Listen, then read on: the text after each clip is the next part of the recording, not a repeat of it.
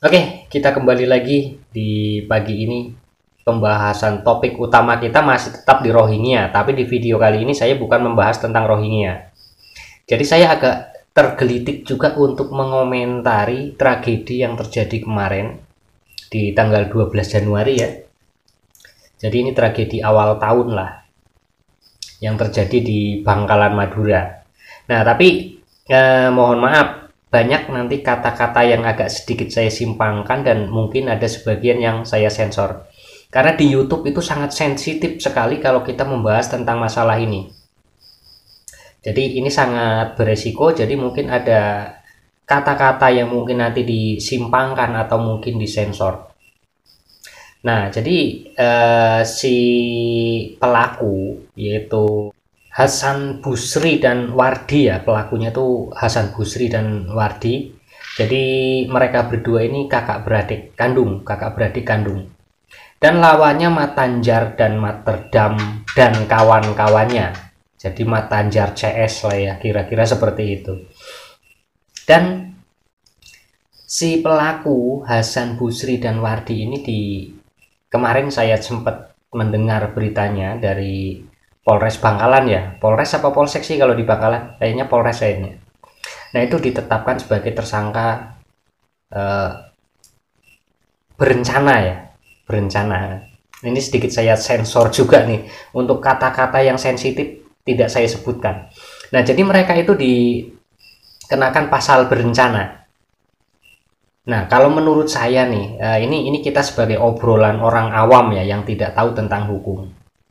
Nah, menurut saya ini ada hukum yang memang menjebak, hukum yang menjebak kepada masyarakat ataupun pelaku-pelaku yang mungkin seperti eh, Hasan Busri dan si Wardi ini, si kakak adik ini.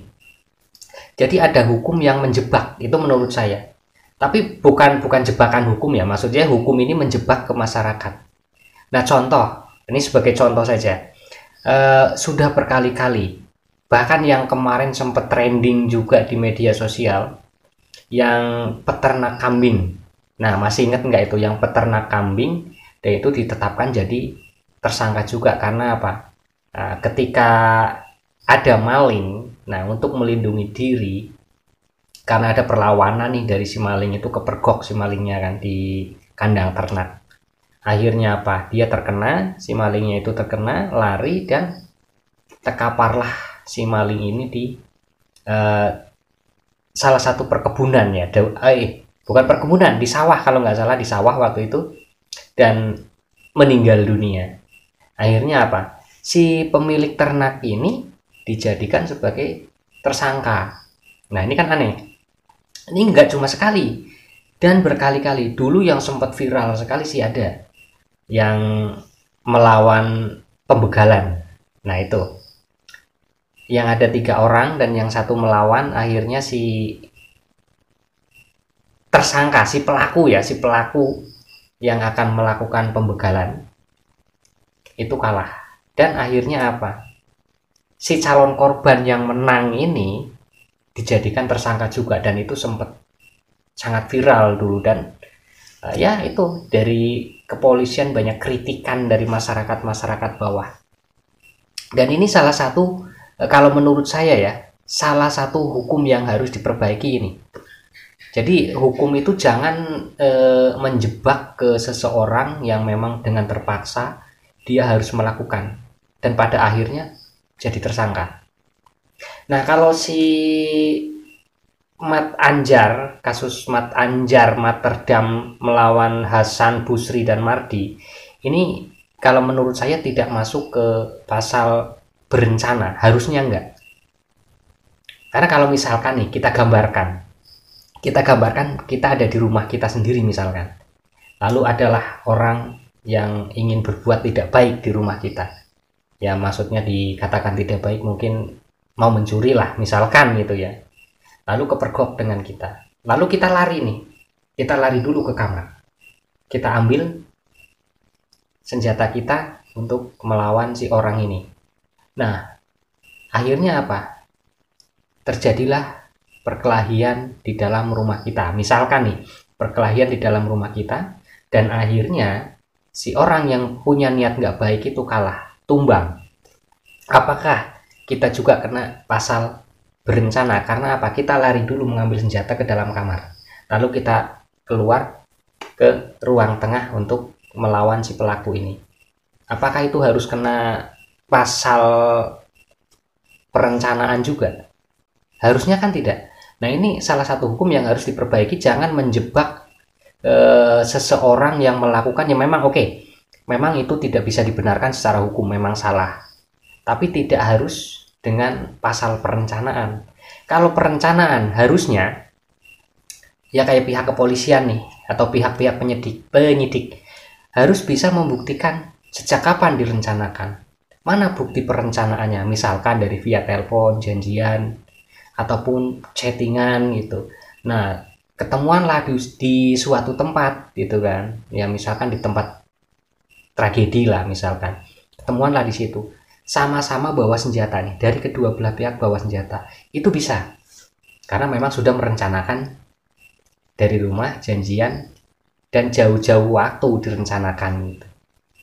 Nah, ini yang janggal lagi kalau misalkan Hasan Basri dengan si Wardi ini dimasukkan ke dalam pasal perencanaan.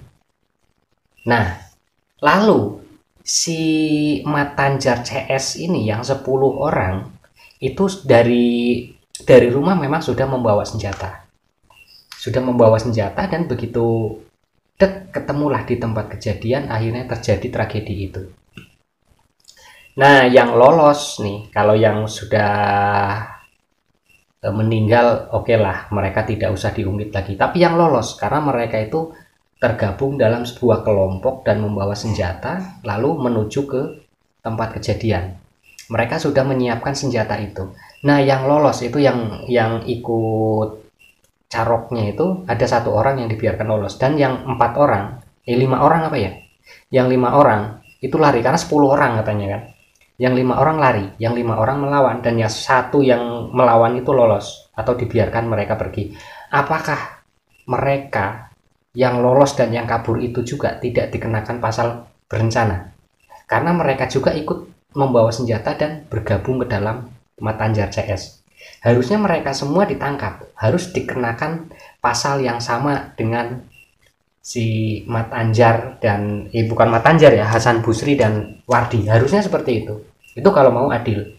Cuma ini kalau memang yang melakukan si Hasan Basri dan si Wardi, mereka yang menumbangkan ke-4 korban misalkan. Tapi tanpa ulah dari mereka, si Hasan Basri dan Wardi nggak akan melakukan itu. Dan itu disuruh juga loh. Disuruh untuk ke rumah untuk mengambil senjata, baru balik lagi ke situ. Kan mereka yang menyuruh, bukan si Wardi dan Hasan Basri yang merencanakan sebelumnya. Nah, ini di sini ada pasal yang memang benar-benar menjebak karena sudah berkali-kali. Ada peternak kena hukum. Nah, ada melawan pembegalan kena hukum. Kalau yang maling itu udah berkali-kali, nggak cuma sekali. Nah, seperti apa sih sebenarnya? Nah, ini cerita dari Hasan Basri dan Wardi ya secara langsung waktu diwawancarai. Nah, ini kita dengarkan dulu nih kronologi yang sebenarnya ini. Awal mulanya gini, Pak. Saya kan mau pergi tahlilan itu. Terus janjiannya itu sebelum habis maghrib sudah ada ditunggu sama teman katanya, Pak, di Yukorong. Mau ditunggu ketemuan di sana. Terus saya nunggu sekitar 1 menitan lah gitu. Tiba-tiba ada orang berkendara itu, Pak, kendaraan motor itu laju dari dalam gitu. Saya kan tanpa sengaja ditengok gitu. Ditengok siapa, pikiran itu yang bawa motor kencang kayak gitu. Sampai lampunya itu kena mata gitu. Terus saya nanya, bahasa Maduranya gitu, gini, Pak, Demak Kak gitu. Saya nanya gitu. Yang artinya? Mau kemana Kak? Mau gitu. kemana? Ya. Oke. Binyak tanya, kok nanya-nanya katanya itu. Mau apa katanya? Ya enggak, saya akan kenal. Masa cuma negor enggak boleh, bilang gitu. Terus dia mungkin Nggak tahu, maksudnya nggak tahu. Dia turun dari motornya Pak, yang bergoncengan itu. Dia salah satunya turun duluan itu, yang goncengan turun dulu. Turun, saya turun juga dari kendaraan saya itu. Dia bilang, kamu itu kalau punya mata jangan liatin kayak gitu, katanya. Ya kan, masa nggak boleh, saya kan sila oleh itu Pak, yang ganggu katanya saya dengan lampunya itu. Dia nggak terima kan saya lawan omongan itu, dia nampar saya Pak. Korban nampar duluan berarti ya? Iya, dia pegang dengan tangan kanan, namparnya dengan tangan kiri itu Pak. Saya masih ingat betul itu. Terus saya ngomong, kenapa nampar Kak? Salah saya apa? Kamu itu kata lincelingan itu, lihat-lihat saya kayak bengal katanya, kayak berani sama saya. Dan enggak Pak, saya kan cuma nanya mau kemana. Terus di samping dia negor-negor, adiknya datang Pak, yang itu, yang nyetir. Oh, yang nyetir. Nah, Oke. dia nyetir terus megangin saya, ngeluarin celurit, mau bacok saya. Ya, Pada saat itu berarti sudah ngeluarin senjata ya? iya itu.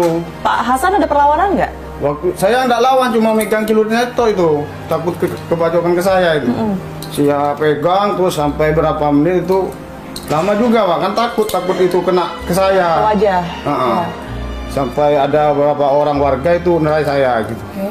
Tapi cekcoknya itu masih gitu. Gini, kalau kamu berani ayo lawan saya. Ya bilang, kalau saya nggak salah Pak, Kak, saya berani, saya nggak salah, kenapa kamu main mukul? Udah, kalau kamu berani, saya tunggu di sini. Kalau berani kamu pulang Pak, oke lah kalau gitu, tunggu di sini. Saya bilang gitu. Saya pulang, ketemu di jalan sama dia Pak. Oke. Itu. Ketemu di jalan, dia negor saya. Mau kemana Abi? Kok laju Pak motor saya, dipukul orang, ayo pulang ya gitu. Saya ngomong sama adik saya ini. Terus nggak pikir panjang, dia langsung mutar Pak. Mutar, nyampe ke rumah, sampai halaman rumah. Saya langsung masuk ke kamar itu. Memang kebetulan di sana memang saya udah ada gitu, memang udah biasa di Madura kan memang gitu Pak. Ya saya ngambil 2, satunya dikasih sama adik saya ini. Terus ada orang tua saya yang nanya, mau kemana? Kok bawa itu celurit? Seporan ini, saya yang itu. Pak Ami, saya. Ini ibu. Ini Umi. Oh, ibu ya. Ibu. Udah, jangan pergi kamu. Doain saya. Aku ada masalah, mau berangkat, bilang gitu. Terus langsung berangkat sama ini. Nah, itu dia keterangan dari kedua tersangka ya. Ya, pokoknya apapun itu ya memang mereka melanggar hukum gitu loh. Apapun itu alasannya, tetap mereka melanggar hukum. Tapi kalau menurut saya itu nggak tepat.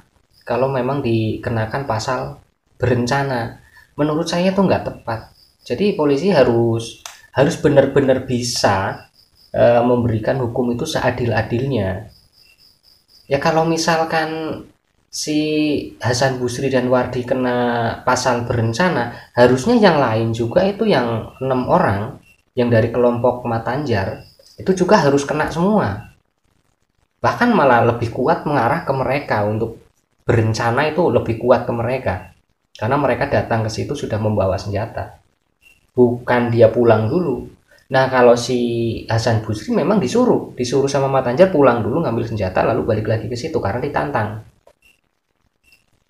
Apa iya karena ditantang kita balik dalam waktu 1 menit datang ke situ itu bisa dimasukkan ke pasal berencana?